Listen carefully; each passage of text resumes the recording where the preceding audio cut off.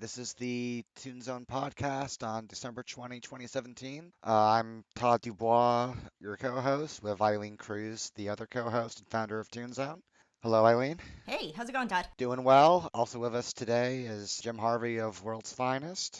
Hello, Jim. Hey, folks, how's it going? And we've got Kyle Thomas, who I've been told to describe as the Dungeon Master of Pop Geeks. How's it going, guys? No doubt roller of 20s and all-around great nerd, I'm sure. Mostly ones, but there's a couple 20s in there somewhere. And they're all in a dice jail. Yeah. Yeah. And last but certainly not least, we got Todd Black, writer for Toonzone. Hello, I'm happy to be here. Not happy to be the second Todd, though. I am only the first Todd. I'm the Todd. The! Yep. Todd Black, why don't you distinguish yourself for a second? You are working on some comics, right? That is true. I am a comic book writer. I'm also a novel writer, among other things. So I am multi-talented, which is why I am the Todd. But I will digress. Well, what's the name of the current comic that you're working on? 10,000 Miles. 10,000 Miles, and what's the website for that? Don't have a website currently, but once it get released, it will be available on Amazon. Okay, So cool. Well, everyone, you know where to look for that. there you go. This is basically going to be our year-end episode, and we've got some big stuff to talk about, namely the much-anticipated Justice League film, the even more anticipated Star Wars The Last Jedi, and time permitting, we'll get into games and what we're looking forward to in the new year. So, Jim, why don't you describe the plot of Justice League? The plot? Sorry to give you the hard job here. They tried to save it from Batman versus Superman. Oh, they tried. Oh, hey, watch it, you. Watch it, you. That was a great film. What? Yes. Well, it is now. Really? Comparatively. I could go more controversial. Ready for this? Are you ready for this? Uh-oh. Go. Batman v Superman was way better than Civil War. Oh. You just lost the whole crowd. So I think I'm gonna hang up now? Yikes. Wow, that was quick. That was Todd's last podcast appearance. I guess in short for the movie, the synopsis is after the death of Superman in BVS, Batman wants to gather a team to face off against the threat of Steppenwolf, and that's essentially it. It's as paper thin as it sounds. Ouch. Ouch. Even I'm not that harsh. I know that Todd Black liked Justice League, so why don't you tell us what you liked about it? Yes, please. Okay. And I'm going to be completely fair and objective, and I need to state for the record that I am a DC and Marvel fanboy. Okay. I have seen every single MCU film. I read a bunch of Marvel comics, and I've seen every DCEU film or whatever they want to call it. I don't care. And I read DC comics. So I am a fanboy on both sides. What I liked about Justice League was pure and simple the character. See, that's probably the best aspect of the movie. That is what I would give the movie Thank you. like props for. Yeah. Now, for the record, I did not go into this film thinking it was going to be a great film. And my thoughts on BVS aside, let's go Wonder Woman, because Wonder Woman was the greatest of the DCEU films. Definitely. I was not expecting Wonder Woman levels of greatness. I knew that was not going to happen, period, because of what happened with Zack Snyder and his unfortunate tragedy, Joss Whedon coming in, the reshoots and everything, and all the negative publicity it was getting before the film even came out. But all I was hoping for was a good film, a decent film, showing off these characters, bringing them on screen, and I was satisfied with that. And Batman, basically grieving over the loss of Superman, which he blames himself, which I really liked. Wonder Woman still coming to grips of her being, out in the world. Flash being introduced. Aquaman more or less being introduced. Cyborg coming into his own, who I thought was really great. These characters are what sold film for me. Now, yes, was the plot paper thin? Sure, but it wasn't like the first 7 of the Marvel films the same way. Here's villain, intro to hero beats villain, character moves on. That was it. Actually, based on the first Iron Man, I would submit the answer is actually no. Oh my gosh. But, that's another discussion, I suppose. It's another discussion. Something I'm curious about is, did everybody go into this basically with Batman versus Superman in your back pocket? In what capacity? Did everybody's familiar with the film going into this? Yeah. Yeah. Oh, yeah. Okay. I guess what I'm curious about is how did Batman versus Superman sit with you in terms of how it did the conflict? I loved it. Well, I mean, I thought it handled the conflict between Batman and Superman pretty well. I think the basic problem of Batman and Superman, and retroactively of Justice League, was Superman himself. and his sort of, I don't know, just, I'm kind of old school when it comes to Superman. I think that his sort of truth, justice, American way kind of attitude and his positive sort of outlook, like the Christopher Reeve version, I thought was very good and very old-fashioned. And I know that attitude is kind of passé now. You can't really be an all-American, flag-waving, proud, kind of do the right thing kind of guy in a modern world. And I understand why they try to modernize him. But in Batman Superman, he seemed arrogant and he was useless in Justice League. Justice League could have Superman? Yes. I don't agree with that at all. See, I found in Justice League we got maybe we got Superman for maybe the first time in a long time on the big screen. I found in Man of Steel and BVS the gritty tone didn't really sit right with Superman, but in Justice League, like spoilers after he came back from the dead, there seemed to be a more lightheartedness about him. He felt sort of more, I guess, pure, for lack of a better word or whatever. Maybe coming back from the dead lightened him up a little bit, and that's great for this movie and the future of the DC universe. But to be honest, I mean, if you really look at the storyline as a whole, it's Batman sad, meets new friends, tries to save the Earth, and then everybody's just waiting for Superman. And when the moment finally comes for Superman to really save the whole planet, he makes an axe cold and helps Cyborg separate 3 boxes. Now, it could be argued that Aquaman was probably strong enough to do that, and all Batman needed was one of Mr. Freeze's cold guns to destroy that guy's axe. What else did Superman offer to what was really happening? I mean, you got that kick-ass scene with him in the Flash. Okay, that was cool, but not only did he really not contribute to an already muddled and difficult to put together story. I mean, they had a huge mountain to climb, but he didn't. They weren't even smart enough to, instead of CGing the mustache away, just give him a beard. Yeah, I'll admit, I do think that could have been like the saving grace, because I was really expecting Death of Superman, Death of Superman Returns or whatever, with the black suit was in the movie. The black suit was in the movie originally, but then WB cut it out, and that could have saved millions of dollars on the mustache. What really soured me on the movie, and I felt that Batman Superman was a pretty good movie. I mean, there was definitely I'll take it. There's definitely plot holes in it and stuff like that, but this is a superhero movie. I was able to sort of say, that was okay, but I didn't think it was a bad movie. I never said, oh god, that movie was bad. Wonder Woman was awesome. I loved the CG at the end, even including that, which kind of was a flaw. I really thought that was a really good movie, and I was always a big fan of the Wonder Woman character and was happy to see her taken care of. Justice League just made me cringe just so many times, because this was probably the easiest superhero movie to make.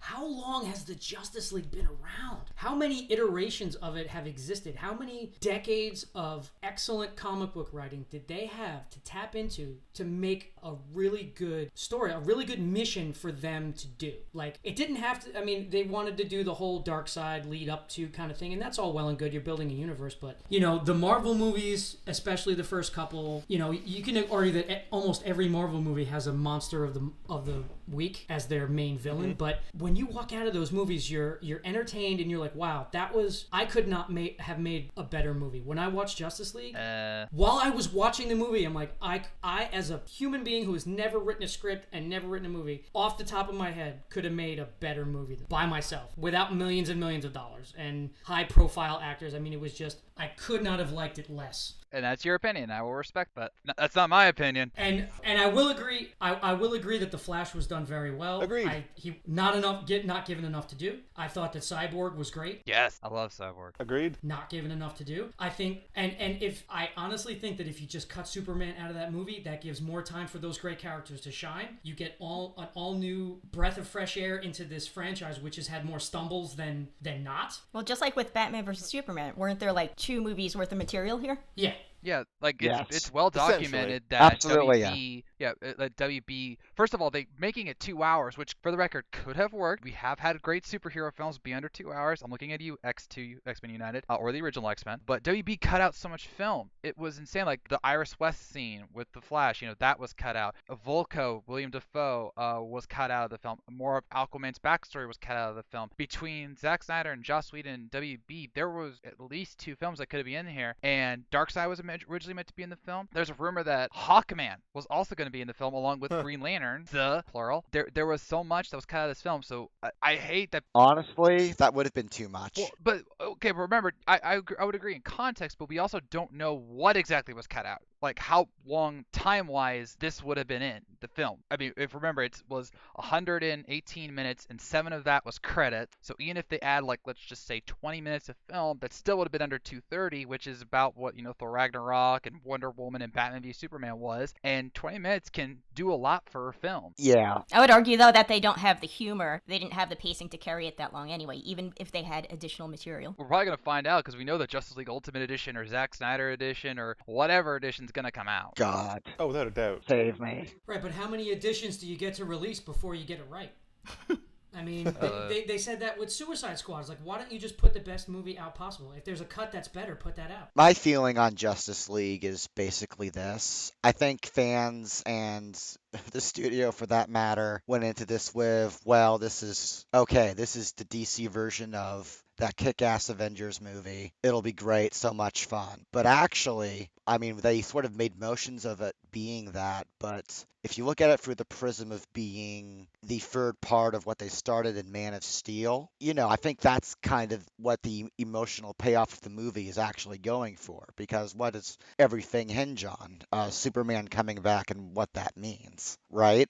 No, that's a good point. To an extent. But the thing of it is Man of Steel started from the stance of sad Superman wants to do good, but this world is not really ready for the idea of somebody like him, and humanity's in a bad place. And Batman versus Superman doubled down on this like you wouldn't believe. I think to a fault. I mean, to me, it's not even all the Bruce Wayne, Clark Kent stuff. It's things like Lex Luthor being this insane atheist nihilist. It's a guy like Perry White going on there talking about how, the American dream doesn't exist and nobody wants real journalism and all that stuff. And all that stuff is just, that tone is everywhere in the movie, and it's exhausting. Yeah, but It's topical, but it's in a, popcorn movie that's supposed to keep you entertained and allow you some escapism. yeah, but that's the thing I will defend Batman v Superman for, is that, and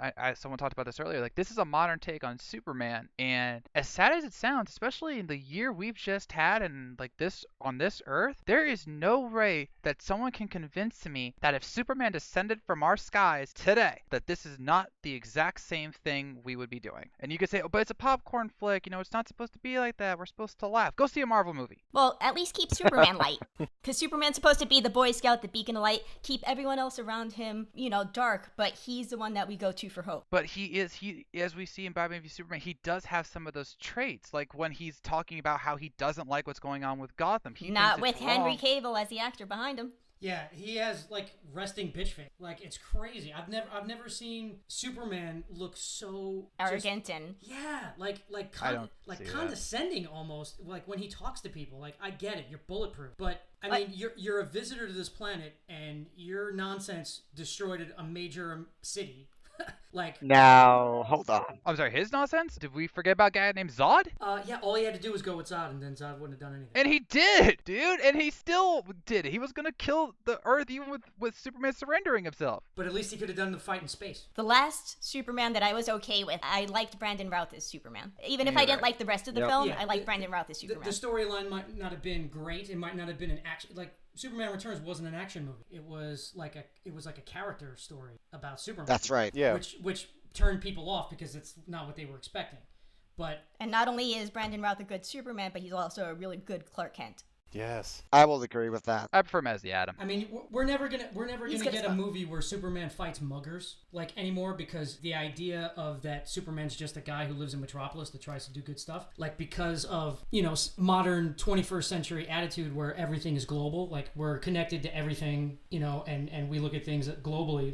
The things that Superman can do are gonna make only global threats are gonna have anything to do with him. Anything beneath that is for the other guys to worry about, I guess. But honestly, and Man of Steel I didn't think was terrible. I kind of jokingly mentioned the whole destroy the city kind of thing, because that sort of thing happens in a superhero movie. And like I said, Batman Superman I didn't think was I don't think it deserved necessarily the rap that it got for being so unbelievably bad, but I can't defend Justice League at all. I just couldn't. He was very angry about it. I straight up did not enjoy it. That's your right. I get why the things people like about it. I get all that. But, there's only so much bad you can stick in something where it outshadows the good. And For some people, Justice League was that was definitely it for me. Sometimes I understand people who critique the Marvel movies too. I know people that hate Ant-Man. They think it was a complete waste of time. I thought it was fun. I thought it was one of the lower tier films, but I did enjoy it. Yeah, and I think that's what's separating these DC movies from the Marvel ones, is that at least you have fun while you watch them, and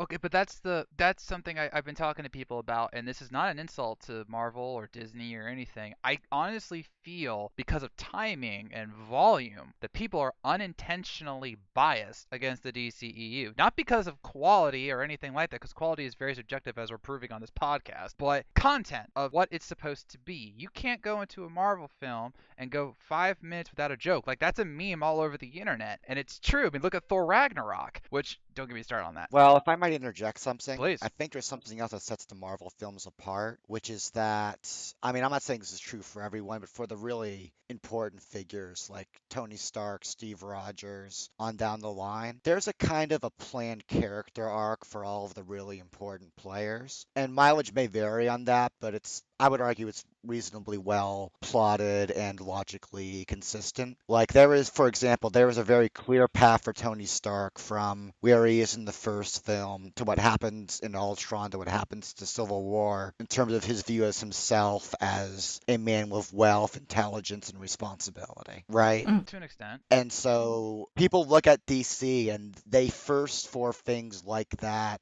in DC, Yeah. and I'm not sure they see it. Well, I don't think we even really have gotten it yet. And that's... I think the one arguable point is Superman and whether that works or not. Yeah, but... Which kind of brings me back to what I'm saying, because Yeah. like Batman vs. Superman ended on this somber note. Superman effectively dies like Jesus for our sins. And in Justice League, he comes back.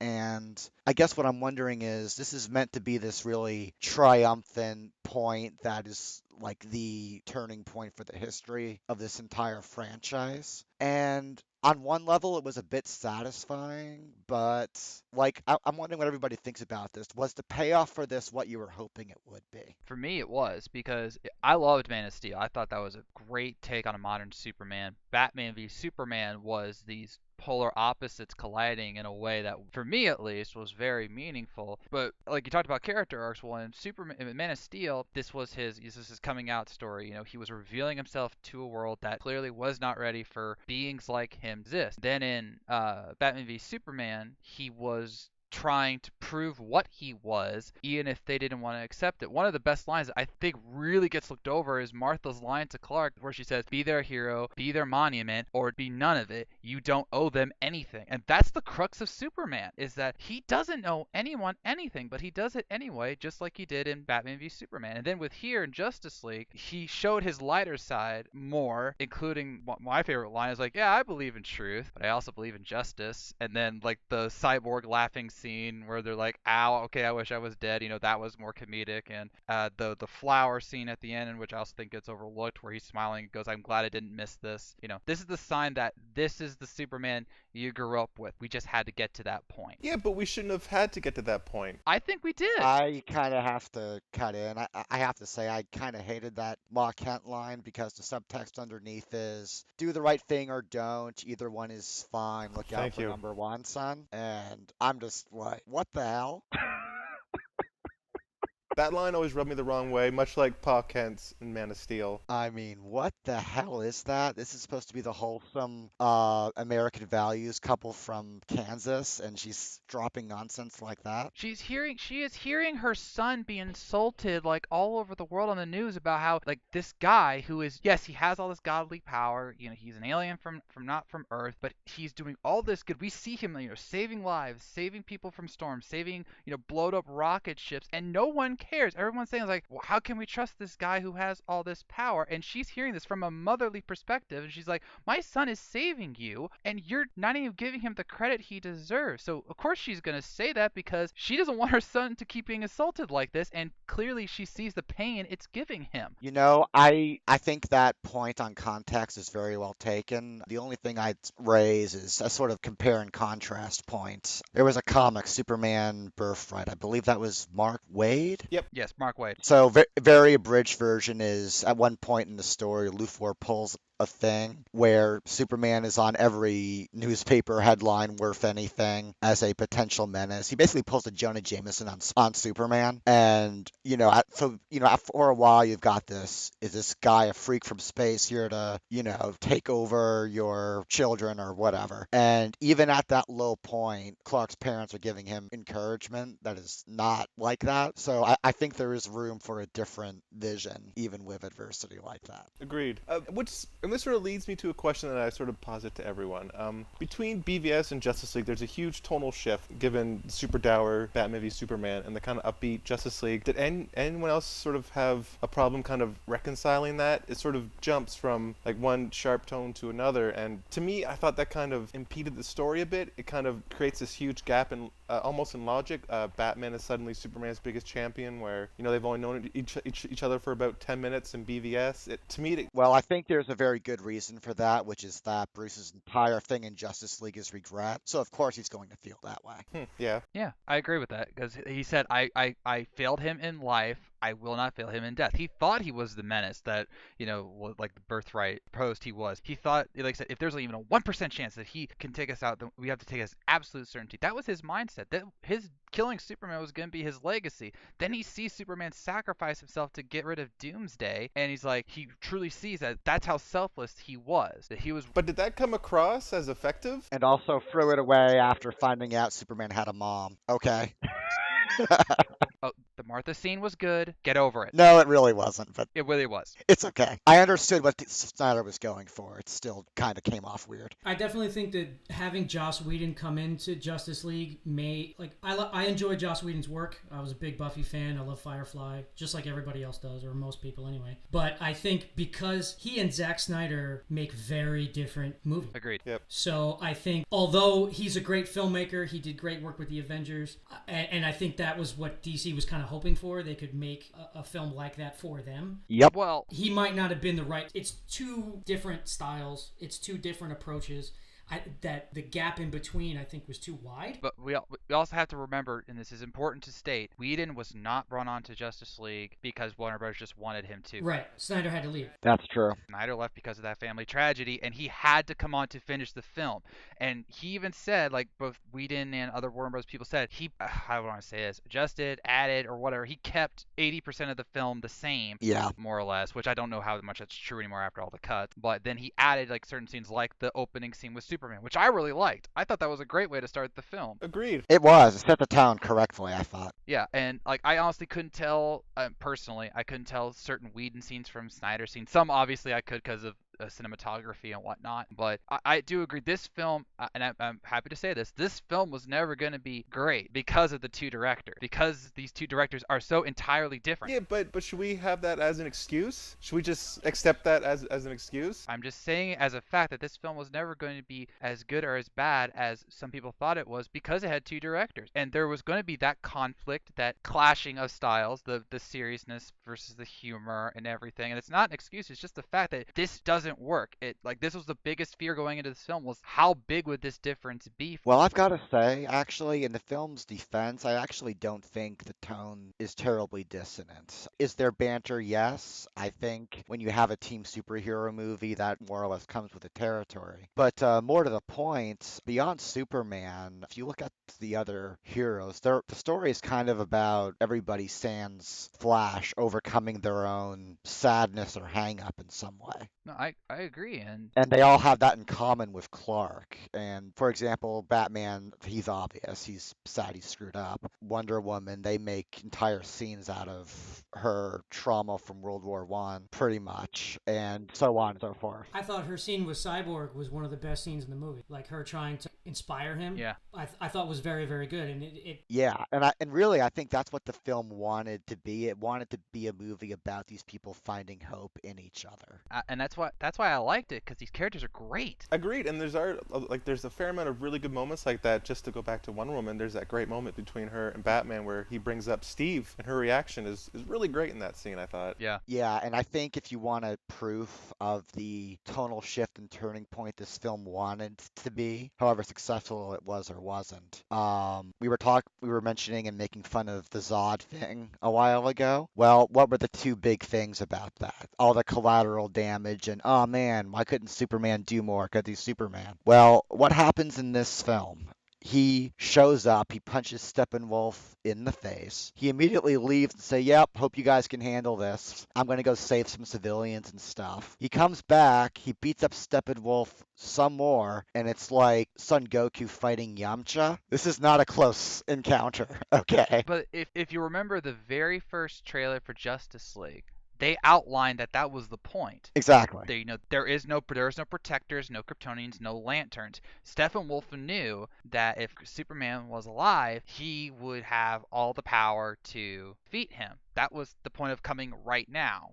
And even Batman knew it. And I think that's fine. I think the dissonance between the Zod fight and the Steppenwolf fight was very deliberate. I think so. Like, thematically, that was what they were going for. Like, yep, this entire crazy comic book violence scene is a turning point for history. And, like, that's what they were doing. And I actually didn't mind that because and I really think they should, whenever it gets to Darkseid arriving, I could totally see a scene where Superman goes, "I got this, guys." He rushes in and Darkseid just backhands him into oblivion, and goes, Right. because that's what Darkseid does, and that's the point here. So, Yeah, but then you have nowhere to go. You've just established that Superman is the be-all, end-all of power in the universe and can handle anything, and then something comes along he can't handle. What are the other guys supposed to do? Unite. They did that while Superman was saving those people in the pickup truck. I mean, like, they tried, and they weren't given a chance to establish themselves as a force to be reckoned with. They were literally placeholders to get punched in the face until Superman showed up. And if you're gonna have a team, then you have to establish that the other people in that team are going to be of value down the road. And Yeah, let me throw this out there. Everybody's seen the opening to the DC Animated Universe Justice League, I should hope. How do you guys think that handled the team dynamics compared to this film? Oh, beautifully. We're perfect. talking about the old animated series, the Bruce Timm series, right? That's correct, yep. Okay, yeah.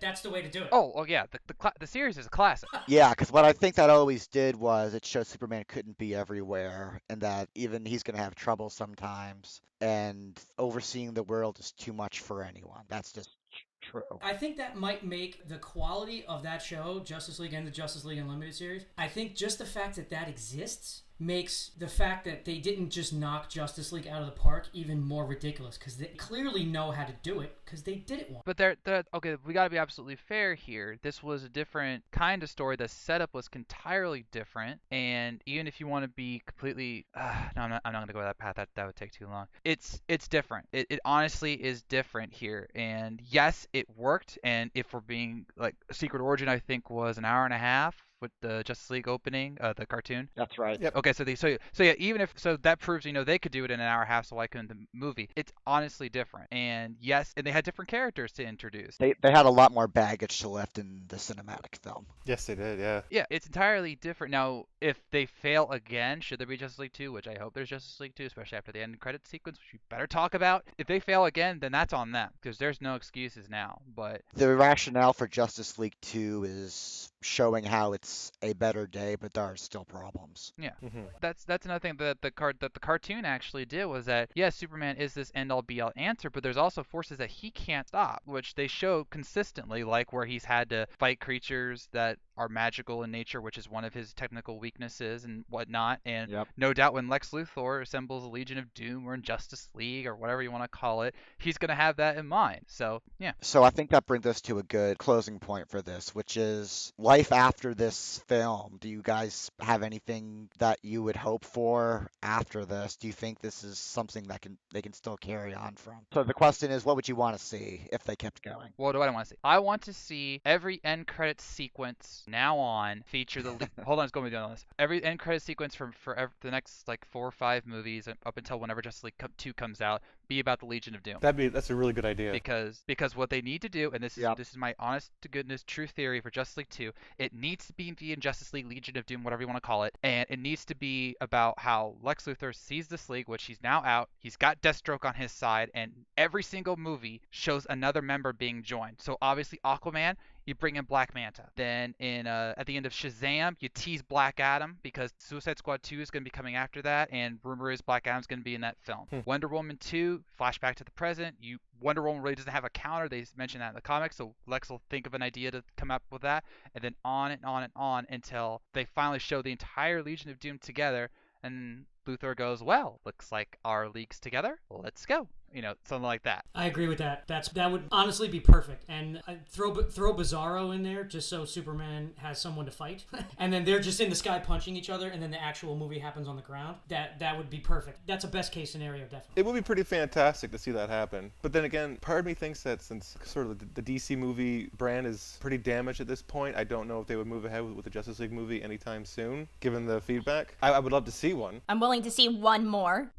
Yeah, I think Justice they League film. made enough money to make more movies. Yeah. Well, that's less than clear last I checked. They're going to keep coming until they stop making money. Really, all I want to see out of the next Justice League movie is I just want to have a film that doesn't make me at some point roll my eyes so hard that I decide it's time to go to the bathroom.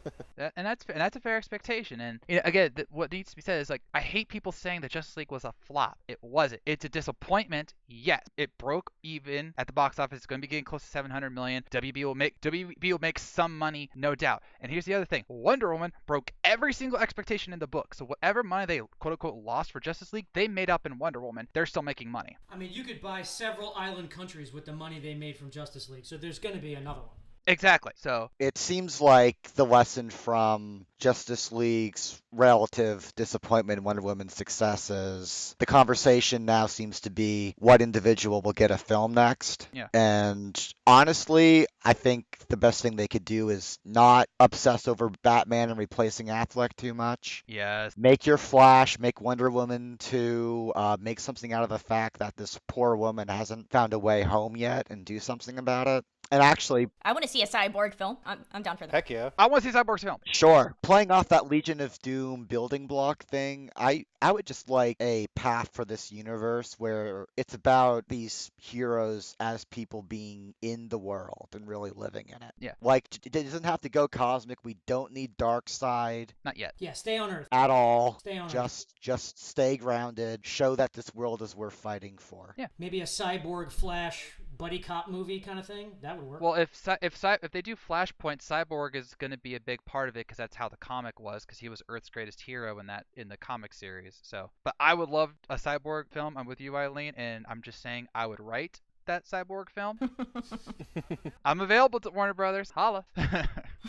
So, expectations, did Justice League meet them for you, or kind of not? Oh no, I went in with super low expectations and it delivered way under that. Yeah, I agree. Okay. I went in with honest expectations. I just wanted to see a good movie. I saw a good movie. The characters were amazing. I gave it a 4 out of 5. So, and I thought that was a really honest review score. Yep. It gets barely a pass. The characters are what save it for me. There are some pretty good action beats here and there, but it's a total mixed bag on my part. I guess a D-. Wow. I know, right? D- sounds about right. Mm-hmm. I would give it a C+. I'll take that. Its intentions were good. I wanted more payoff with Superman. The guy comes back to life, and the first thing that happens is he almost kills everybody until they bring in Lois, and then he goes to the farm and comes back for vague-ish reasons. I'm not sure what I was expecting, but I wanted something even more triumphant than what was there. It did seem pretty pedestrian, yeah. But I'm hopeful that if they do in fact proceed with another team film, it'll double down on everything that made this good. And for the record, if they don't do a team film until, let's see, it's almost 2018, 2021, 22, I'd be okay with that. Yeah. Yeah. Not because I want Justice League to be delayed, but with what has happened, this is their reset button. Not like You need the time and the build-up, right? yes. I think if this film proved anything, it's that rushing into a team film is not the best idea. Yes, I will totally agree with that. I said years ago, like before Justice League, I think it was like right after BVS, that I wanted a Trinity movie before I wanted Justice League, because that would have been something unique to DC, which they would never have done with Marvel, but Disney would have done with Marvel, and that it could have allowed, a greater build up to Darkseid or whatever the next film was. Sadly, they didn't go that route, but now they have the ability with Suicide Squad 2, Wonder Woman 2, Shazam, Aquaman next year, which I'm looking very forward to, Flashpoint, which might be filming soon. Cyborg, I pray. Green Lanterns, I please. They have the ability to now space it out, do the build up right, and then Justice League versus Legion of Doom and Justice League 2 and just totally kill it. So Yep. take your time, Warner Brothers. Don't panic. Just refine. What they need to do, aside from Legion of Doom, is they need to just set the gosh dang schedule. That's the one thing Marvel has always had over them, is that Marvel had a schedule and they stuck to it. DC, not so much. That, and they need to be a bit less reactionary to Yes. feedback. Every single movie they've done, it seems, for the past few have been like the movie, like the most recent movie seems to be a reaction to the previous movie, and so on and so forth. Well, also, you had the Deadpool effect. Yeah. Ha! What they need is a vision that they cling unrelentingly to. Yeah. Good or bad. And they also need to trust gosh dang directors, because I swear the only two films in the DCEU that did not have serious oversight was Man of Steel and Wonder Woman, because Suicide Squad had all those cuts, as we know with the Joker. Batman v Superman had the Ultimate Edition eventually, and now Justice League. Heavy cuts, heavy restrictions, heavy revisions, heavy reshoots, all of it. Wonder Woman didn't have that, and I'm pretty sure Man of Steel didn't have it either, because they had Christopher Nolan on that one. Yeah. So give faith to your directors. You hired them for a reason. Speaking of faith in directors, how Hello. about Rian Johnson? Good segue, bro. Good segue. that was a great segue. That was a great segue. I'm proud.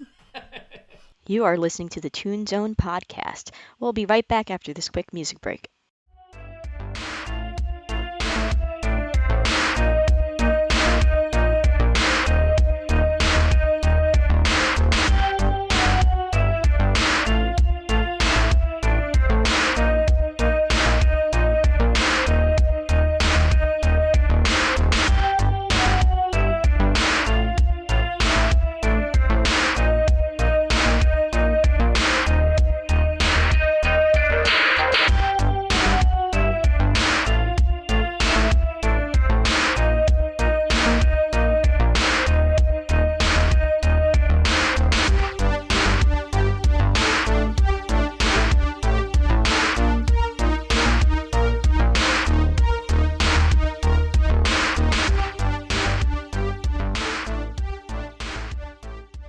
Yeah, so let's talk Star Wars The Last Jedi, because this is somewhat significant, because this is kind of our preview of the kind of Star Wars we may get with this new trilogy the Lucasfilm has treated Johnson to. I am all on board. Let's sort of open this with how we started Justice League.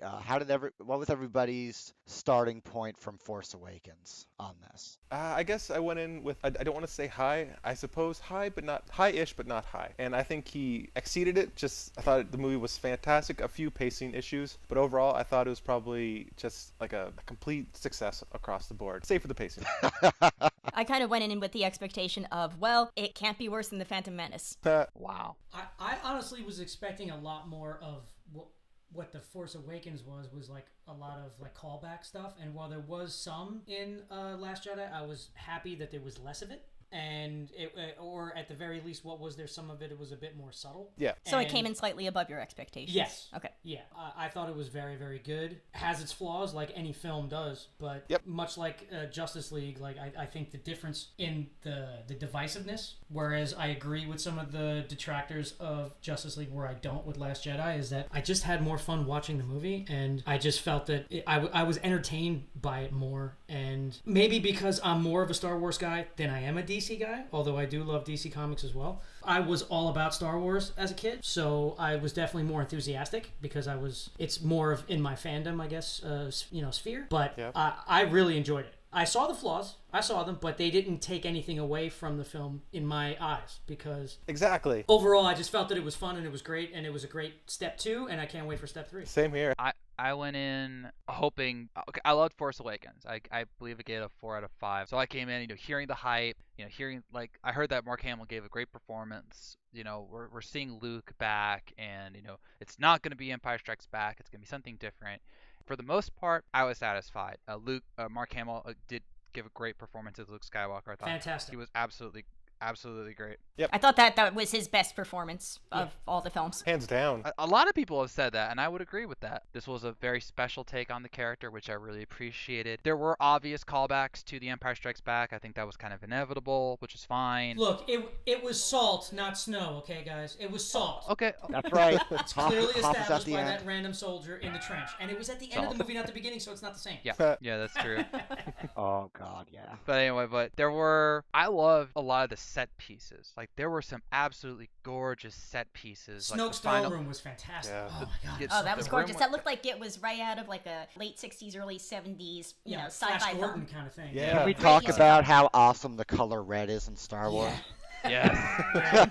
Great use of the color. That was great. Like, there were some great set pieces, and it really showed. Now, I gave the review. I gave the movie a 4 out of 5. That's okay. Which I think is fair. So yes, ladies and gentlemen, I did rate it the same as Justice League. I was just gonna say. It's just how it is. It's just how it is. I also gave Thor Ragnarok a 4 out of 5. There you go. Another podcast. Okay. Yeah, we got a But- schedule to keep to, Jim. Yeah, but much like Thor Ragnarok, what took away from Star Wars Last Jedi for me were certain plot holes, certain choices that were made that I feel personally didn't make sense, kind of felt hollow. Now, I'm not like Rotten Tomatoes viewers where they gave it a 54%. I'm nowhere near that. I walked out of Last Jedi very happy, very content, but I do not think it's like how some reviewers have called, like, one of the greatest Star Wars movies ever of all time.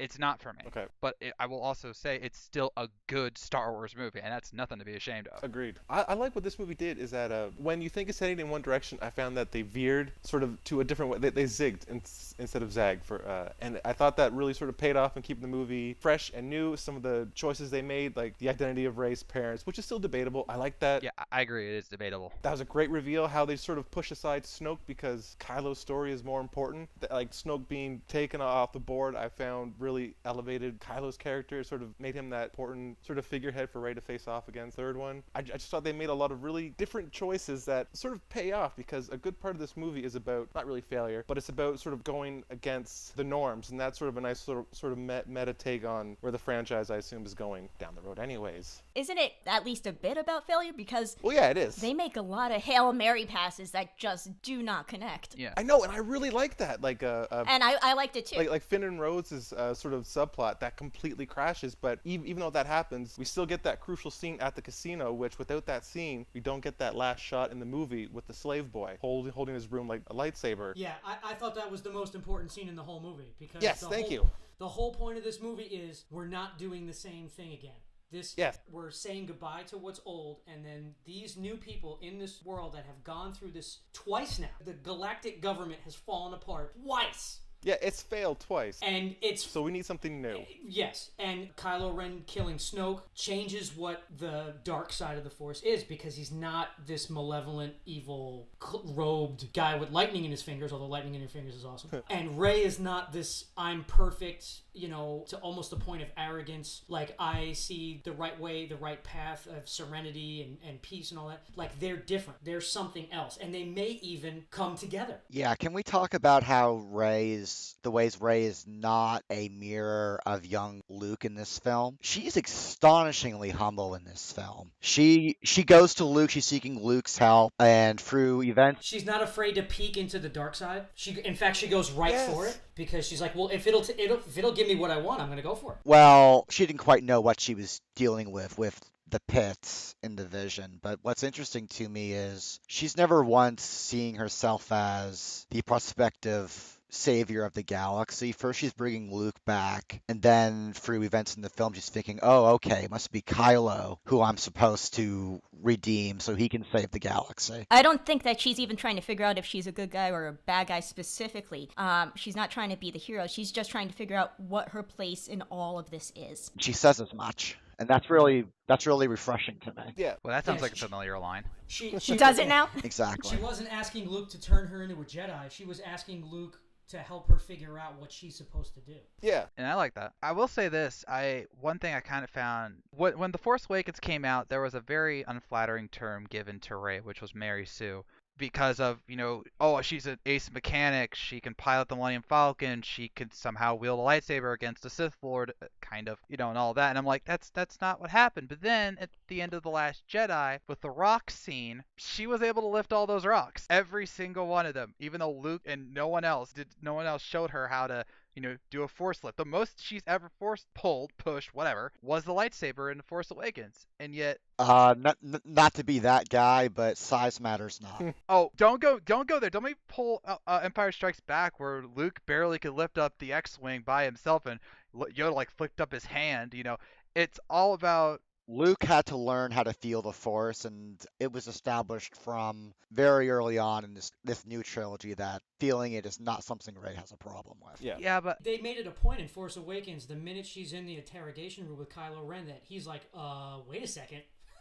Like, she's clearly very in tune with the Force without being aware of it, and Luke is even afraid of the amount of her aptitude with the Force with no training at all. So I think it's really an unfair thing to say about like what she's able to do, because they made it a point to flat out say that she is unusually strong in the Force. Yeah, I think that they did a good job of establishing that she is extremely powerful. She just does not know how to wield this power yet. Yeah. But like, and on this Mary Sue point, well, didn't Luke only have like 2 weeks of training? This is really with Yoda. Yeah, and yeah, like if you say she's a Mary Sue, then Luke is pretty much every male character I can think of. Kylo Ren screws up all the time, and he's incredibly powerful. He can stop blaster fire in the sky and everything, but he screws up all the time. Yep. So, maybe they're not so great with a lightsaber, and maybe they're not so great at making choices in life, but they have an incredible ability to harness the Force, and they're making tons of mistakes while doing it. But yeah, the point I wanted to make is, Rey. We see on screen that Rey has this potential and this ingrained talent, but through 2 movies so far, this new trilogy centers on Rey and Kylo, who are actually 2 very uncertain people about what their destiny is going to be. Rey's trying to find her place, Kylo is trying to live up to this ideal he has in his head, and he maybe finds purpose with his turn in the middle, but Rey's only just coming into it, perhaps. And we still don't really know the extent of trauma that Kylo Ren, felt. First of all, being taken away from his parents to train with Luke. For all we know, he was resentful of that from the start. And then waking up and seeing his Uncle Luke about to cut off his head with a laser sword, that can really affect someone who was apparently much younger than we see him in these movies. So, yeah, that kind of trauma sticks with someone. I can think of a young man walking in an alleyway with his parents in the streets of Gotham who there we go. Spent the next 60 years dressed like a bat, throwing little boomerangs at people. Like, that can mess you up.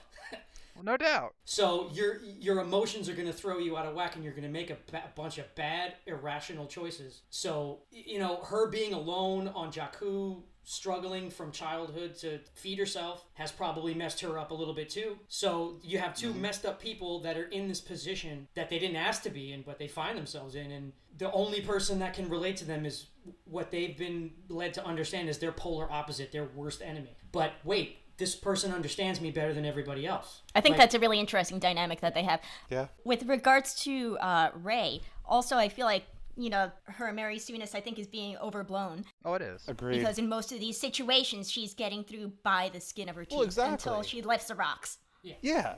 You did not see Rey putting up a real fight against Snoke. Not at all. And she No, Snoke clearly overpowered her. Absolutely. Okay, so. Oh, yeah. She was having a real problem with the guys in the red armor. Exactly. One-on-one combat she was having trouble with. And again, Kylo Ren got shot by Chewbacca's bowcaster, which they made a point twice in The Force Awakens to say, wow, this thing shoots really, really hard. Yep. And he took one in the abdomen. I mean, he was injured, and that's why Rey was able to match him in combat and then best him. He was bleeding out. He was severely wounded. And yeah, and I don't think critics can write that off as something added in after, because if you go back and look at the duel in the snow, I mean, while they're fighting, Ren is he's punching himself in the ribs to keep himself awake. Exactly, he's trying to keep his head in the game. Yeah. And I'm just very glad that Chewbacca finally got his hug from Leia. Yeah, right. I think it would have been nice for her to say, yeah, a little late, but come here, big guy. And then actually, that's something I want to bring up in that I loved that it was Chewbacca that broke into Luke's house, Yeah. but Yep. but I love Chewie. He's amazing. Chewie is great. But I have to say, I am not happy that we didn't get to see Luke's reaction to finding out Han died by Kylo's hand, because all we see is, "Where's Han?" and then cut. I wanted to see his reaction to his basically his best friend dying by his son's hand, which really would have added to the whole "I failed" through Kylo Ren. Do you think maybe they left that out because maybe they wanted to infer that Luke really already knew? He might have felt his death through the Force. But if he did, why did he ask Chewie? Because if he knew, he would have gone, "Chewie, I'm so sorry." Maybe he was in denial. Maybe he felt this sorrowness in him, like when Obi-Wan feels the destruction of Alderaan, because he probably knew a lot of people on Alderaan. Well, they established in the film at one point that Luke had I think the phrasing was closed himself off Yeah. from the Force. So no, I think Han's death was in fact. I mean, it would have been nice to have that scene, definitely. Yeah. I feel you. I think it's arguable that reaction is almost sure to be more heartbreaking in your mind than it could ever be on screen. Yeah. I don't know, because then later on they did the Luke Leia scene, which was something I literally told my dad, I really hope they have something like this before we saw the movie, and it was like one of the most touching scenes in the film, because they're about to die, quote unquote, and Leia goes, "I know, I changed my hair." Can we just talk about how great Carrie Fisher was in this film? Oh, Oh. awesome. Awesome. Oh, wow. She was so great. I'm going to miss her so much. Not that I didn't miss her already, but I'm going to miss her even more because we're not going to get this performance again in the ninth film, and that breaks my heart. And the way the film plays out, I mean, she was the only leader left, and Yeah. more or less, and now it's not really clear what happens. They still have Admiral Akbar. Oh, wait. No, they don't. They clearly killed him. But what happens? Who's going to tell them that this situation isn't what it appears to be, and perhaps they've been outmaneuvered, It's a trap. or in some form of what's the word I'm looking for? What's the word? It's when you walk into a place and you thought it was one thing, but it turns out to be another thing to your detriment. Ambush. I think yeah. Oh gosh. It's an ambush. There you go. I think they were trying to lay some groundwork for maybe Poe Dameron being the military leader, I think now there's no other choice. which may or may not be of comfort considering the way his gambits go. So what did you guys think of Holdo and Poe's dynamic, where she either didn't know the full plan of what was going to happen or just was not going to tell him? Because I was watching that and I felt like Poe's insistence that she let him know exactly what's going on. He just killed a boatload of people, and in doing so got demoted. And so far as military chain of command goes, she's under no obligation to let him know what the plan is. It's his duty to, fall in line. Yeah, I mean, some communication would have avoided a lot of problems, but Poe was, without a In the doubt, wrong. way out of line. Yeah. This is like Luke's best friend walking up to Mon Mothma and going, "Are we really sure this Death Star thing is a good idea?" That doesn't So happen. do you guys feel like Holdo knew the full plan, or she knew some of the plan and was buying time until Leia woke up? I assume there was some plan in place. I think she knew the whole plan, because Leia said that Holdo knew what to do and et cetera, et cetera. She said that to Poe. I think she just didn't want to tell him, which is, even though I totally agree with the whole, Poe is out of line and chain of command and all that, it still is a really big plot hole, because why wouldn't she tell everyone that they're going to the base on whatever the planet was? I can't remember what it was called. Great. Well, at that point, weren't they not sure exactly how the First Order was finding out where they were traveling to through lightspeed? See, that's how I took it. I just assumed that since they were being followed and they didn't know how they were being tracked, that they were just sort of being cautious. It was like Stalling maneuver. Maybe making sure there's no moles on the ship that could feed the information to the First Order, maybe. But I think, the whole thing with Poe, I think what they were trying to do with that, again, it seems like a plot hole. I think you're right. I think it is. But I think what they were trying to do with him was show, this is not the kind of conflict where you can just get in your starfighter and blow stuff up. Which I Yeah. dig. Like this guy, which is the classic rebel, brash, I'm the best darn pilot in the galaxy and I'll just figure it out once I get out there. Like, you can't do that anymore, man. This is what we tried that twice and it didn't work. Nope. So now we're doing something different and we need a different type of rebellion with different rebels, like a different philosophy and a different way of doing things. Maybe be a little bit more like the First Order. Shut up, and follow orders. Well, also there's that. Maybe. At this point, we can argue that at this point that the rebels have failed, that the Jedi have failed. It's time for something new. Oh yeah, that's the total crux of the movie. I kind of wonder about that. It seemed like what I took away from it was Rey was basically picking up Luke's torch, right? Yeah, kind of. Sort of. I mean, I don't feel like she really was. I mean, she wanted to find him to teach her, but she said repeatedly that she was brought by sent to Octu to get him back on the orders of Leia. And if she got taught to be a Jedi, that was kind of secondary. But she wanted him to come back to the Resistance so that he could help save the galaxy. You know, that was her only intent. yeah, I mean, I think we need to step back and consider Luke's confrontation with Kylo. Kylo's giving him the whole speech about how everything's screwed up now and he can't do anything about it. And Luke's version of the everything you said was wrong speech to Kylo has two parts. One part is others rising up, and the other part is the fact he's not the Last Jedi. Yeah. So you can't have a conclusion where the Jedi don't matter. Of course they matter, because Rey's the main character. Well, I think ultimately what's going to happen is that, obviously Rey is going to rise to the occasion. She doesn't have a choice but to do that. But I don't think that within the context of this film that they established that she picked up the torch from Luke. Yeah, that's probably a topic for 9. You're right about that. Yeah, and I think too, she's picking up the torch from Luke as far as the side of Light being compassion and peace and goodness, And humble. and humbleness.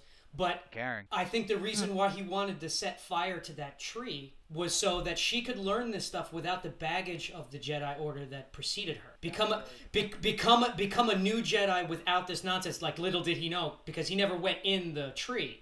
I don't think he knew that the books were on the Millennium Falcon. The books aren't on the Millennium Falcon. I could be wrong, because I've only seen the movie once. They totally are. They're in the temple. But I thought that they were in the... No, that was the whole point of that other character showing up, was that everything was burned. Luke went to that tree so he could burn it to the ground. So he goes, I'm not failing anymore. I'm tired of this. It's not going to happen again. And well, I mean, I could be wrong. But you do see the books at the very end in the Falcon.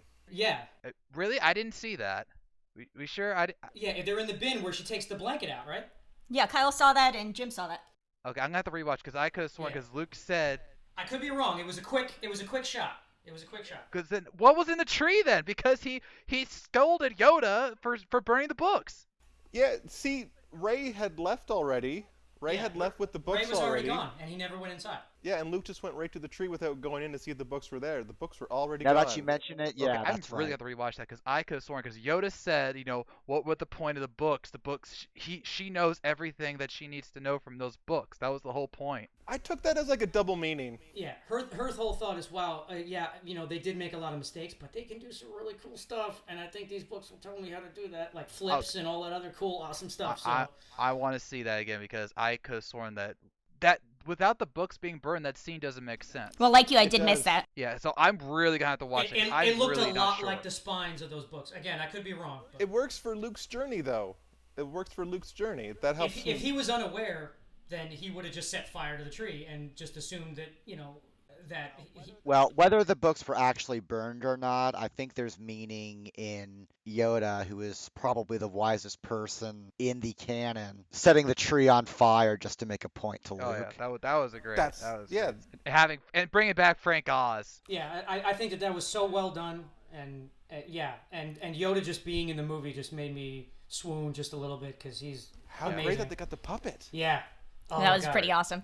And I also think, that his willingness to destroy that tree, and I know that because the prequels were technically after the original trilogy, at the end of Revenge of the Sith, Yoda straight up says, I'm going into exile because I failed. Yeah. And I think that true. Yoda understands exactly what Luke is saying when he says, I'm sick of these failures, we need to stop this. And I'm doing this to stop the cycle of failure, and Yoda's all too happy to help him do it. Yeah.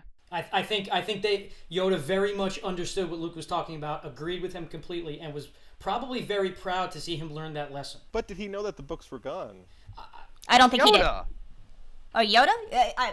Yeah. I feel like Yoda... Maybe? I still think the books were burned because without it, the whole scene is pointless. Because Yoda could have said, I don't know. I, God. I think it still has merit, regardless. No, it still has merit. I don't think it does.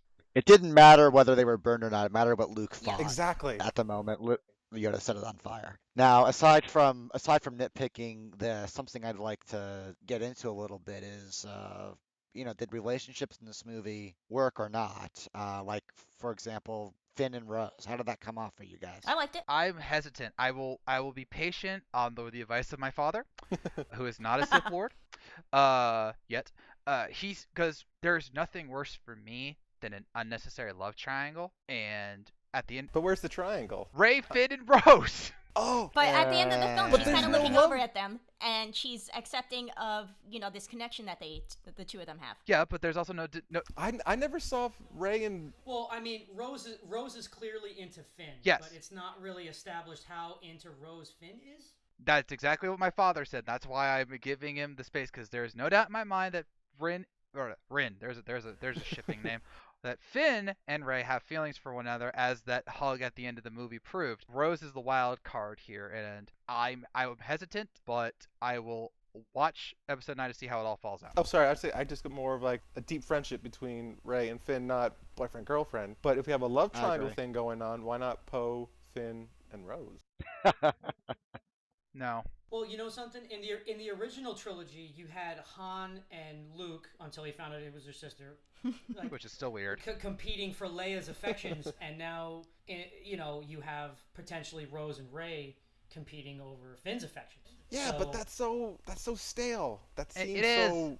That seems so like a step back. But Well, but again, I did not get like a Finn Ray romantic vibe. Me neither. How is no one? Okay, I'm trying to be very, very nice here when I say, how in the heck does no one see that? Okay, now I get at the beginning when, like, at Force Awakens, when like Finn and Ray are like holding hands because Finn like grabs her out of instinct. That was hilarious in the context of relationships between men and women. But by the end of the film, he's doing everything to. He even says, "Ray, come away with me." Well, let's he just- cares for her. Doesn't Well, mean and he that's wants fine. to date her. And I'm all about, men and women just being friends. I get scolded because I have a lot of female friends and I don't want to date any of them, So I like seeing that in here, but I can't help but see in this film, especially Last Jedi, the romantic feelings. He was willing to desert the resistance because he wanted to make sure that Rey had someone to come back to. And then when Rey thought she was going to die, she told Chewie to say something to him, and to which Chewie epically replies, "Grrr, yeah, say that." But would you not do that for your best friend? Finn is There is another side to that.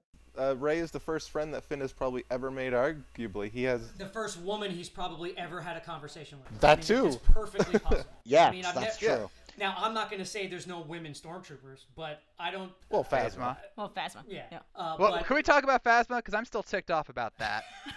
you mean She's so great, but she's so wasted. you mean Boba Fett too? Looks awesome, does nothing. Exactly. She was in the first film, highlighted in the first film's trailer. How Gwendolyn. many toys are there of Phasma in Exactly. every toy store? Because she looks They- awesome. She looks awesome. So what do? They throw in the trash compactor. She's apparently dead. No, wait a minute. We made a mistake. She's not dead. So what do? They go to Marvel and say, "We need you to make a Captain Phasma comic that will connect her from The Force Awakens to The Last Jedi." Brilliant idea. So they do it. They get a great writer. It's a good comic. And hey, she's coming back in there. We see the clash between her and Finn. Okay, this is gonna be awesome. She's in there for 5 minutes and then she dies. Boba Fett too. I think there was a perfect opportunity in the Last Jedi to have her, because of her failure in Force Awakens, have her demoted to First Lieutenant Phasma. Oh, that would have been hilarious. And someone just says, get First Lieutenant Phasma here immediately. And that was a golden, like, just one quick line joke that they could have thrown in this movie that honestly would have given her a little bit more depth, because now she's taken on Finn because he cost her rank. Yeah, that would have been awesome, actually. Yep. She got demoted because of this guy, and I'm gonna get my super awesome, glowy, shiny extendo stick, and I'm gonna take him down. And that awesome fight scene. The fight was fun. And we don't know that she's dead. She's dead. I mean, she was probably is thrown dead. into a freaking fight. Now She's the probably trash, dead, but she's dead. The trash compactor scene was one thing because we never actually see her get thrown into that, which is how the comic was able to bridge that gap. It's just a little fire. She's fine. And we've already established that you can get out of an Imperial trash compactor without dying. Exactly. But this was she has her helmet, cracked because we see her eye, which a lot of people are mad about because people want to see her remove her helmet. But that's another thing entirely. Her eye is her eye is exposed. She's thrown into fire. Even if she lands, where does she go? More importantly, wasn't the ship she was on pretty much exploded? Pretty much. Yes. So, Pretty Well, much. She's fine. Let She's me fine. get that scene. Wait, just 1 minute, and she's just mangled, and the armor is stuck to her, like she can't even take it off anymore. Just, it would be so. Darth Maul too. And she's like in a what was the first captain of the Enterprise? The guy that was stuck in the wheelchair that had the little beeps when he wanted to talk. Oh. Just like a guy, like she's stuck like that, like she's still alive, but she's in hell because she's trapped and she's all mutilated and can't function. But she's got like a little hover chair.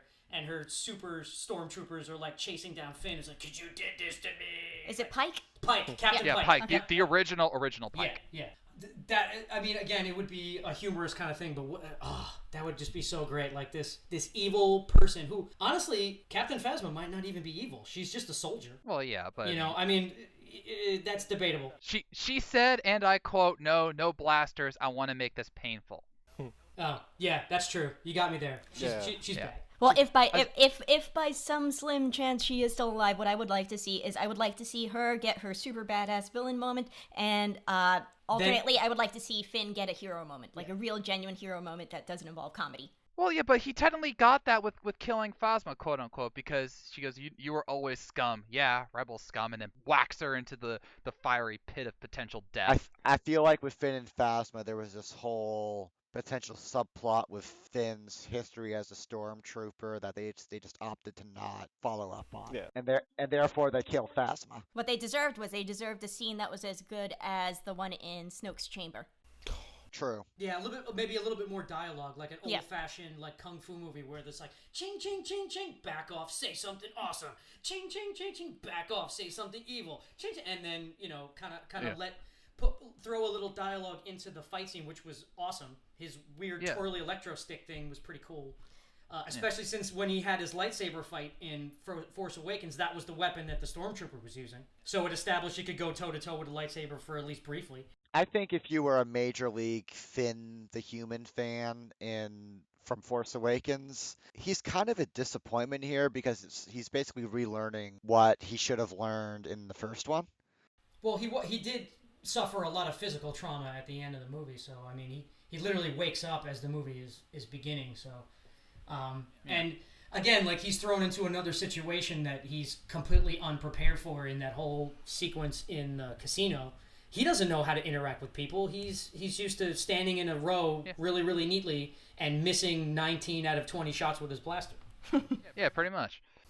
It's interesting to me, though, that he would think that running away with Rey is something that was ever going to happen, when his entire experience with Rey in Force Awakens suggests that she would never go along with that. But no, he wasn't running away so that he could run away and like get away from the situation. He truly felt that the Resistance was about to die, and his only shot to Right. Yes. bring Rey some happiness, who, of course, let's just say they did die while Rey's on the planet, because the tracker was the only way she was going to find them, he wanted to make sure she had someone to come back to. It wasn't about totally abandoning the cause. It was about he knew the cause was about to fail. So that's fair. yeah, okay. that I was can going see there. that. And to that point of Finn being a disappointment, I could see it. I honestly didn't like the subplot, with the exception of Rose, because the moment DJ betrayed him, which is another topic point, it all became moot. And I hated that. I'm like, we spent all this time, it was like, 18 hours, 6 hours left, 1 hour left, we're on fumes, where are you, Finn?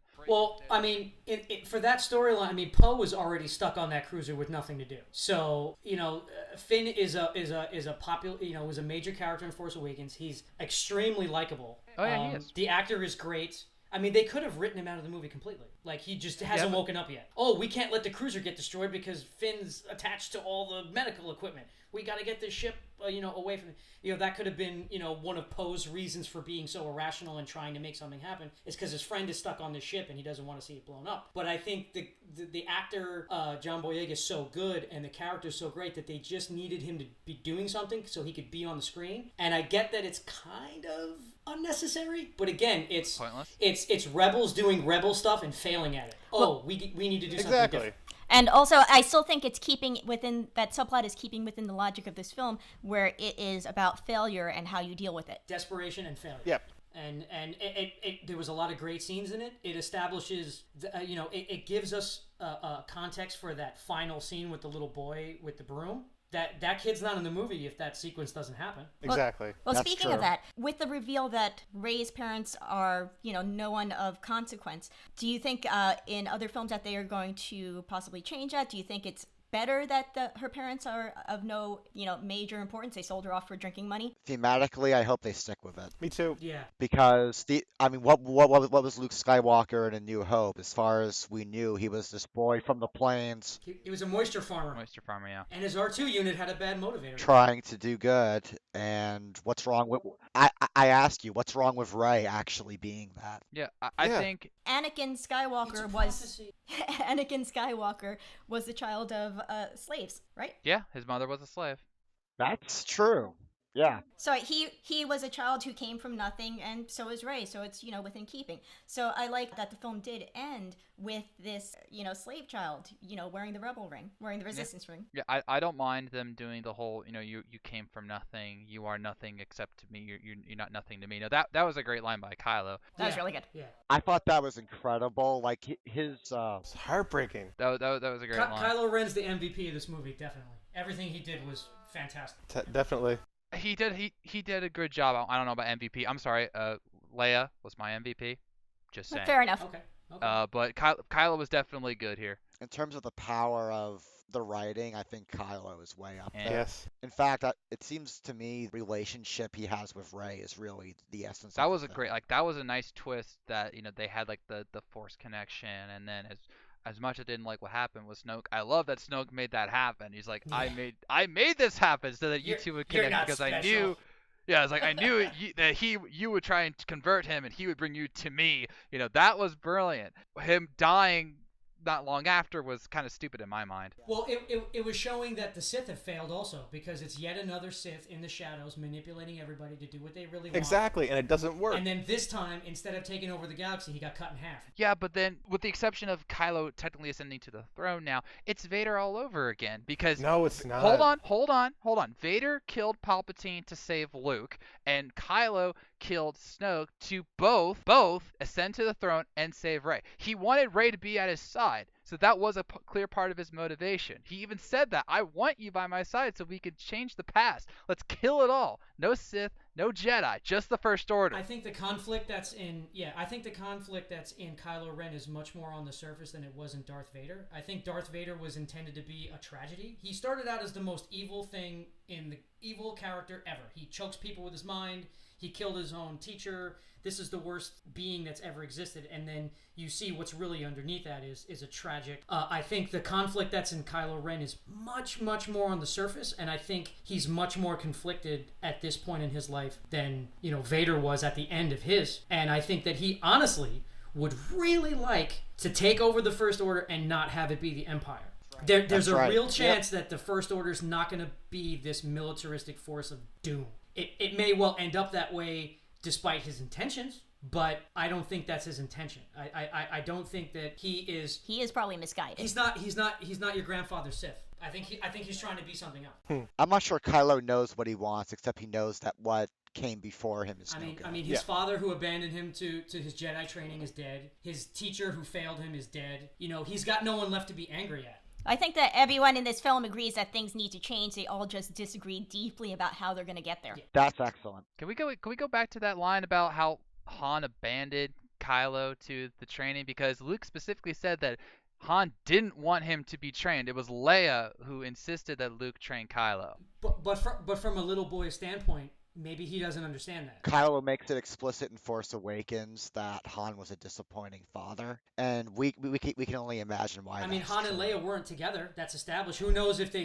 split up after their son was an adolescent and before he went with Luke? He could have just thought his dad was an absentee Han father. said in Force Awakens, "I had to leave. I couldn't bear the shame of what happened." Oh, that's true. So it You was got me there. specifically Yep. stated. And that's what really hit me with this film. Kylo is not so much. I mean, Kylo can be a very angry person, You think? but the source of that anger is basically being constantly disappointed by people that were close to him in his life. No, I agree with that. Like one after the other. Han, Luke. Or frustration that he's not reaching this level of potential that he was always told that you could be just as powerful as your grandpa. Like, and anytime he's not that perfect force user of unspeakable power, every time he stumbles, every time he makes a mistake, every time he's not perfect, his rage could be pointed at himself. He could hate himself. And what's amazing is at the start of the film, Rey has the same rage toward him that he's had toward other people, and somehow through their arguments and talks, she comes to a place of understanding and compassion, and he's actually drawn to that. And then they meet, and how does Kylo try to tempt Rey? It's through that positive stuff. It's very different from the original trilogy method of yes, feel your hate, all your negative emotions. Yeah. He's almost asking her for help. Yeah, it's Kylo is not so much this super negative existence as he is just completely screwed up and threatening to take Rey down with him. And I thought that was really effectively done. Yeah, the story of The Last Jedi is definitely those two, and it's the focal point, and it's the most interesting part of it. And you can, I had no issue with the sort of some of the shortcomings in the story because it was always on the side of this main story, which was the most important, which they knocked out of the park, in my opinion. Yep. So. Yep. You're listening to the Toonzone Podcast.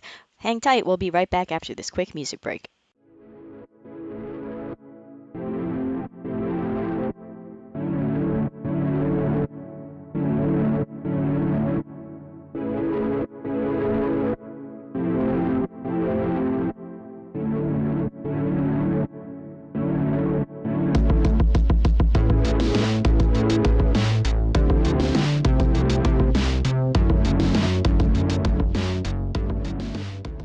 Jim, why don't you talk for like a minute about Star Wars Battlefront 2? Sure. Well, to sort of segue over to Battlefront, there's a lot to like about it, but there's also a lot of issues that it has, mainly its progression system that's tied to its now defunct microtransaction system, which EA shut down after that horrendous beta test before release about a month ago. I think that right there probably hinders what overall is a fairly fantastic game. The graphics are top-notch. The level design for most are pretty stellar, especially the new one released for Crate. The game just released a bunch of DLC surrounding the Last Jedi, Finn, Phasma, and a few levels based on the movie. Again, all those are really great. The score, they knock it out of the park. The sounds, the looks, it's probably the most immersive in terms of a Star Wars game that I've played in quite a while. But no matter how good all of that is, there's always this sort of gray cloud hovering over of its sort of failed microtransaction sort of financial core, I guess. I can't find a good way to word that, but a lot of the gameplay you can tell is dependent on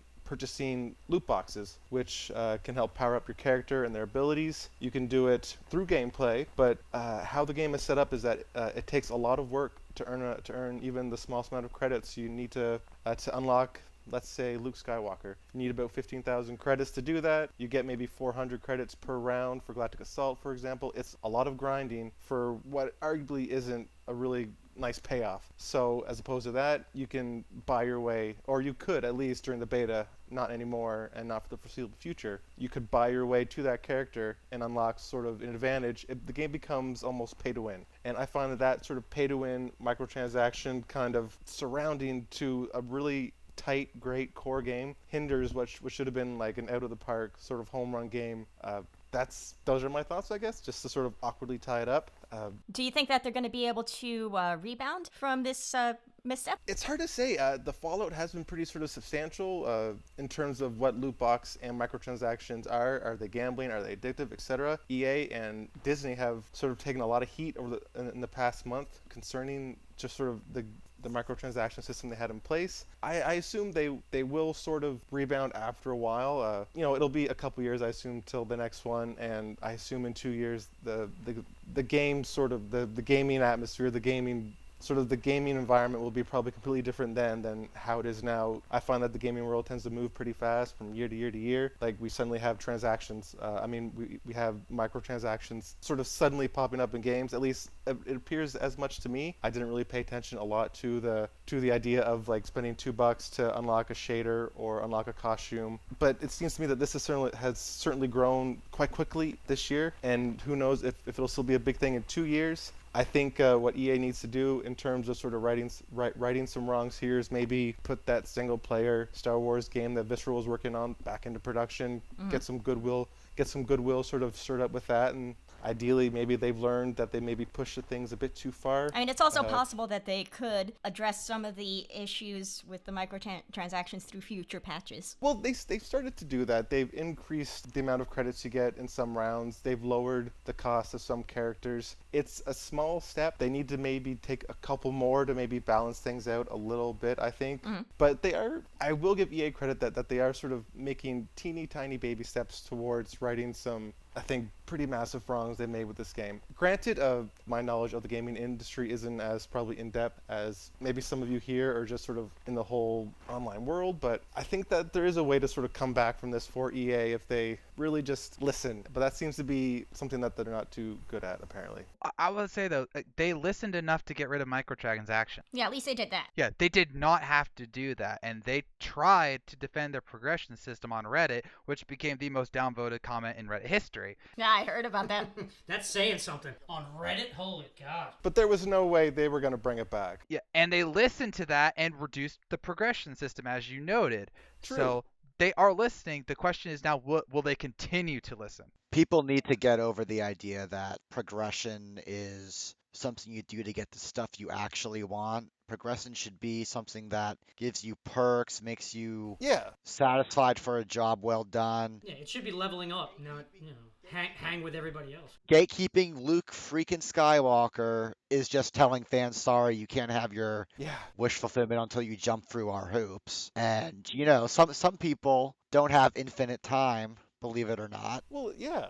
So, come on, well, guys. Correct me if I'm wrong, but Battlefront is like an MMO, right? I'm not a huge video game player, so is it like a first-person shooter? Okay, so there's a campaign in the game. Battlefront is like a massive shooter multiplayer thing. Online multiplayer shooter kind of a thing. But it's a linear game though. There's a beginning and an end. There is a short campaign in Battlefront 2. There wasn't in the first Battlefront, and the campaign is good. It's about 4 hours, but I liken the campaign to something that you get out of the Injustice game, where it's a series of sort of vignettes that tie together fight scenes. That's basically what you get here, but it's a somewhat satisfying story. It's not terrible, but the main draw of Battlefront 2 is the online multiplayer aspect to it. I acknowledge we've been spoiled by long RPGs and also the Halo franchise, but just once I'd like to see a so-called AAA shooter that takes single player somewhat seriously again. I know. I remember one. It was called Battlefront 2, the original. Story of the 501st Legion. That was the coolest thing. All right, so 2018 is really quickly coming up, and there's, in addition to, us being sci-fi and animation nerds, we also love our video games. So we have a list of releases coming up next year. What do you guys think is looking interesting? Todd Black. I am a Nintendo fanboy, born, bred, mushroom fed, so I will have to go to. There's a couple Kirby games coming out. There's a Yoshi game coming out. Square Enix is releasing a Project Octopath Traveler, which I am very hyped for. But also there's a Fire Emblem for Nintendo Switch, which I am absolutely pumped for. Yeah, I'm right. That's my franchise. I want to work for Nintendo so I can write for that franchise. I am available Nintendo, just saying. But I also know there's also really good games like Dragon Ball FighterZ, which I also hope comes to Switch. Yeah. That's gonna be cool. Mega Man 11. Let's see. I know. Oh, I have a friend who's like really hyped for Valkyria Chronicles 4. Yes. There is a lot. Spider-Man and Spider-Man for PS4. Like that's Insomniac is a really good developer. So there is a lot, and there's a lot to look forward to in 2018. Jim? For me, it's Red Dead is probably the game I'm most looking forward to in 2018. Far Cry 5. True. Maybe a close second. Outside of that, there's just been so many great games this year that I'm sort of scared to look ahead because I can only imagine that it'll just be a lot of games to get through. There's also that Death Stranding game, which sort of has my attention. It seems like it could be something really unique. It'll have my attention when I understand what the hell it is. I know, right? Exactly. When Norman Reedus goes, I have to figure out what the heck I just watched, you know you're not alone. It was still a pretty good cinematic piece. Yeah. Oh, visually it was stunning, but like don't ask us to try and figure it out because we're probably all wrong. No, the baby wasn't in Norman Reedus, it was metaphysical. What? No, metaphorical. You're just making up words now. Dang it, Kojima. Oh, and there's one other game that I want to sort of at least make mention of, Detroit Become Human. That has my undivided attention. They released a trailer for E3 about that game that involved like this really hard to watch domestic dispute sequence play out. And I don't know, there's a lot of sort of fascinating thought that looks like looks to be coming from that game in terms of what AI is in the future that game sort of posits. It just seems like a really interesting examination of AI and human thought and human emotion and how that sort of coexists with. And Kyle, what are you looking forward to? Well, I'll admit to not. I'm probably the least video game adept of the folks on this here podcast, but I do enjoy me a good video game. Now, on the surface, when I saw that Red Dead Redemption 2 was on our list here, Red Dead Redemption is one of those games that I enjoyed, but I found, and maybe this is just me, might be my low aptitude for games, I found it very difficult. You know, because of all the random things that sort of happen when you're running around, I never knew where it was or what I was supposed to do. I've shot the wrong people, I don't know how many times. Granted, I keep playing the game. I've never gotten particularly far in the storyline. I just take my horse out into the woods and get eaten by coyotes, but the fact that it's a well-made game, the sound is great, the gameplay is fun. The missions can be a bit confusing to me. That was just to me. But I would definitely give the sequel a go. Cool. As an old school RPG gamer, I was really psyched when I saw Secret of Mana. I was OG Super Nintendo multi-tap. You know, getting a third buddy in there to play an RPG all at the same time was a big deal for me. Yeah, there's a remake of Secret of Mana coming out for the PS4. Yeah. Like a full-on remake. Yeah. Yeah, that for me sounds very, very intriguing. I have a lot of fun childhood memories of playing that game. You know, Final Fantasy VII remake. I'm sure I'm not the only person in this conversation that had dumped way too much time into Final Fantasy VII back in the day. Is the 7 remake legitimately on track for 2018?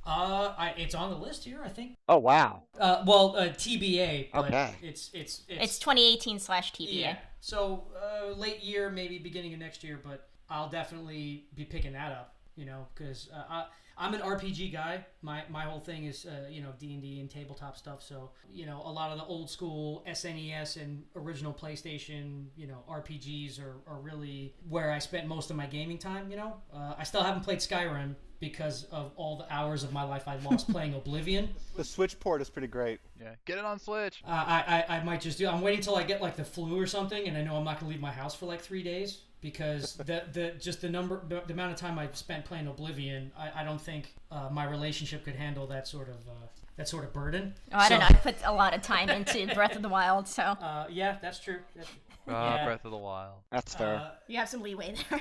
And I myself have been enjoying watching Eileen play Breath of the Wild, but I haven't played it a lot myself, so I'm looking forward to diving into that a little bit while I wait for some of these sweet classic remakes to come out. But as far as like newer games, like God of War type stuff, the online video gaming is not really my thing. So a lot of these games I've probably never played any version of them. So and again, I'm not much of a video game guy, but Final Fantasy VII, Secret of Mana, and probably Red Dead Redemption 2 are definitely games I'll be getting my hands on. Todd DuBois, how about you? Yeah, I guess the main thing I would emphasize is, of course, there will be many fine games in 2018, but if you're an RPG fan specifically, there is truly a great deal to look forward to, no matter what system you've got. Big highlights, Ni no Kuni 2, Revenant Kingdom. Yes. If it ever comes out.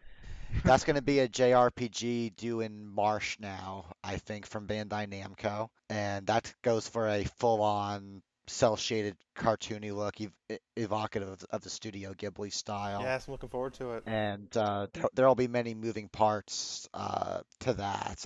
I gather you dungeon crawl like in the first one, but there's also an overworld where you manage armies and stuff. And basically you're this very young monarch and you're building a kingdom from nothing. I had some demo time at New York Comic Con. I was quite impressed. If you are a 3DS owner, which much of the country still is, they are remaking Radiant Historia for the system. It's basically the equivalent of the Secret of Mana thing they're doing for the other platform. That was one of the very well critically received RPGs of the DS era. So seeing that coming back is a highlight.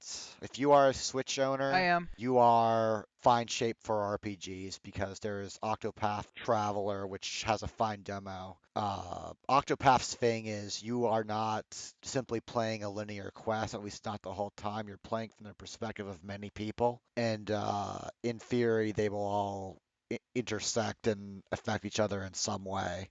It's got a sprite-based look that nonetheless has depth. It's like a 2.5 thing almost. The aesthetic is fascinating. So Yeah, it is. if you ever if you grew up on Final Fantasy in the 90s, this was made literally for you. Let's see. Valkyria Chronicles 4, if you have a PlayStation, great, but it's also coming for Switch.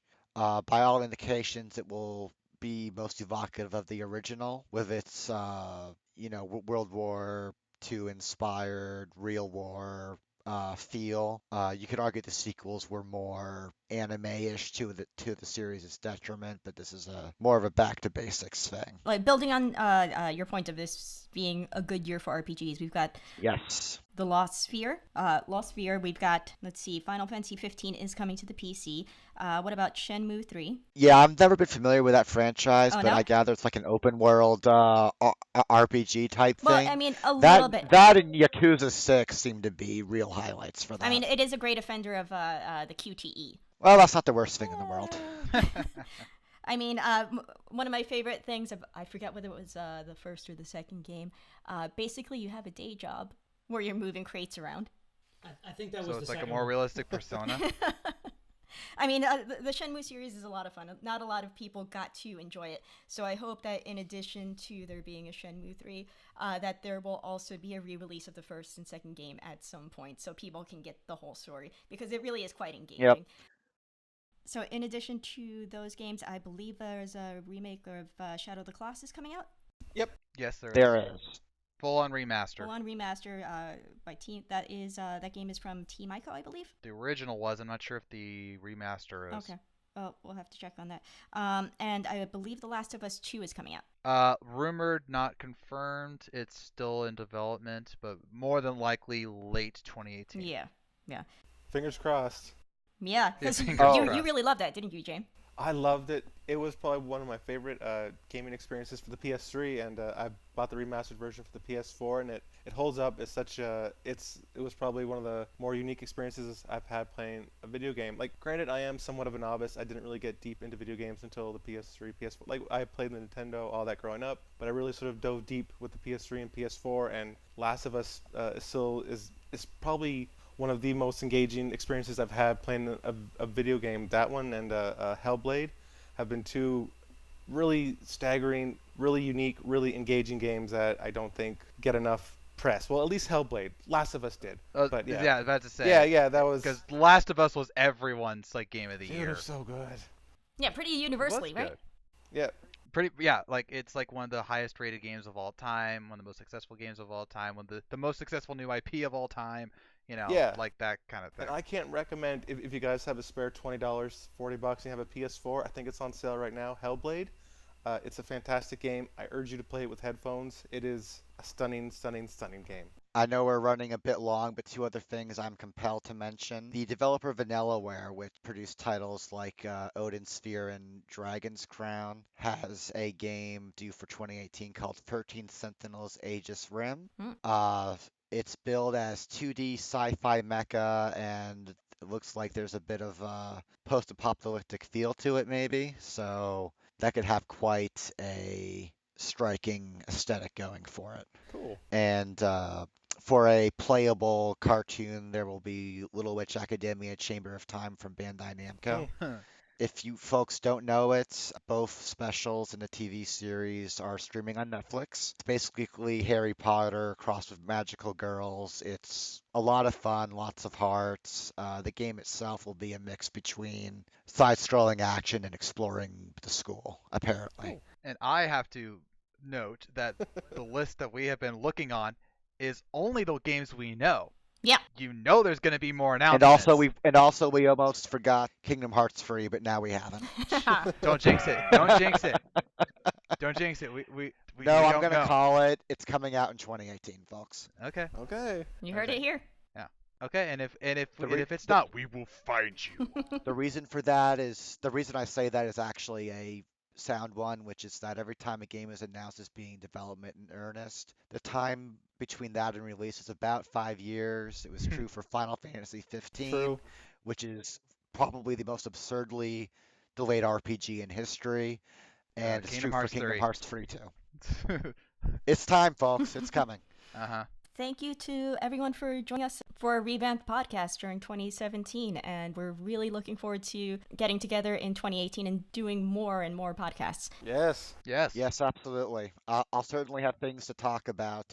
On January 12th, they're bringing Batman Gotham by Gaslight to the museum in DC. Oh. Dun dun dun. So that is literally my neighborhood. Already got my ticket. I will have reports. How There you great go. does Batman Ninja look, by the way? Huh. Ninja. Looks great. That's preemptively the best movie of 2018. We can all just tag it in I now. think so.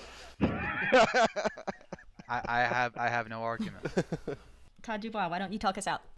Yeah, that's it, folks. I'd like to thank Todd Black, Jim Harvey, Kyle Thomas, and Eileen for joining us, and I'm sure we'll all gather together in one way or another again soon. And wish you all a Merry Christmas and Happy New Year. Yeah, you too, man. And to you as well. Thanks for having me. Yeah, thanks for having me too, Thanks guys. for Appreciate glad- it.